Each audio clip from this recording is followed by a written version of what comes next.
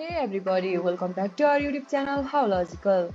In today's video, I'll show you guys how to log into your KDMC Property Tax account. For this guys, what you need to do is open up any web browser as I have already opened the Google Chrome and bring up the search bar and type in KDMC Property Tax login and hit the search. Now guys, make sure it takes you to the official link.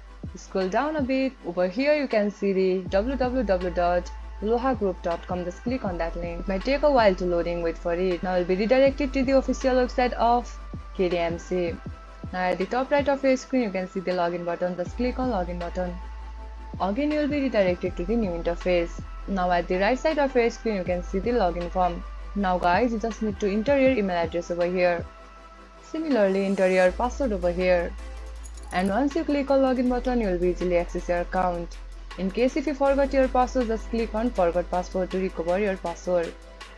Either you can log in with your Google account.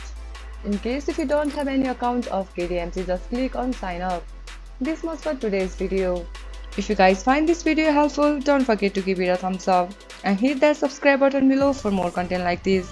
And remember to turn on the notifications so you never miss the upload. See you guys again in our next video. Thank you for watching.